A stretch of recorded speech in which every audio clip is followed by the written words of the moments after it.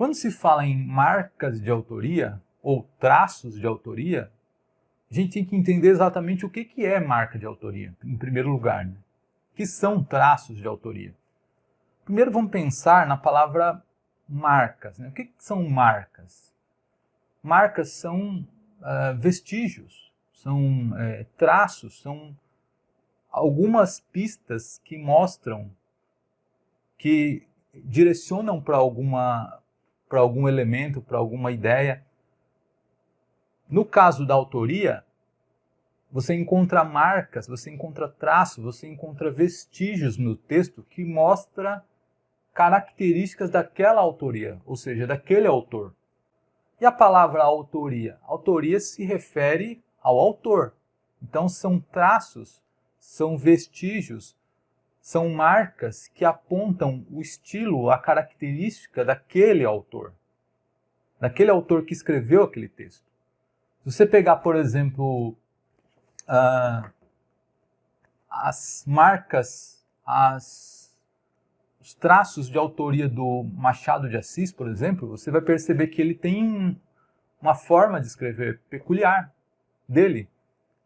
A linguagem bem trabalhada, a ironia fina, aquela propensão mais a sugerir do que a mostrar.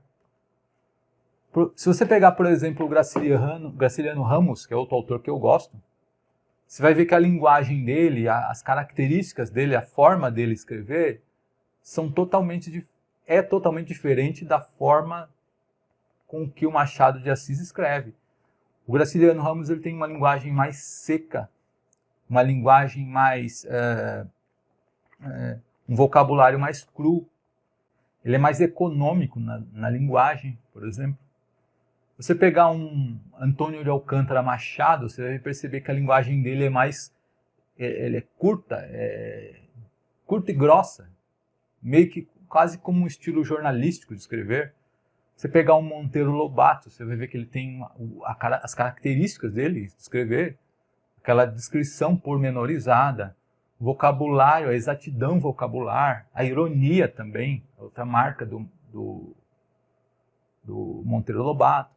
O Oswald de Andrade, ele tem uma linguagem peculiar de escrever, própria de escrever, o seu estilo,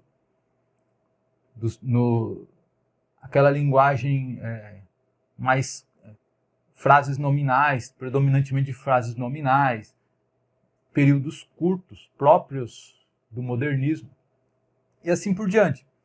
Cada autor, ele tem as marcas de autoria são vestígios que ele deixa no texto que mostram que foi ele que escreveu.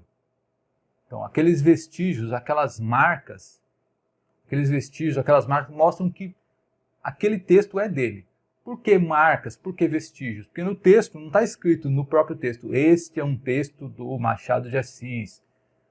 Esse texto que você está lendo agora é um texto do Graciliano Ramos. Não.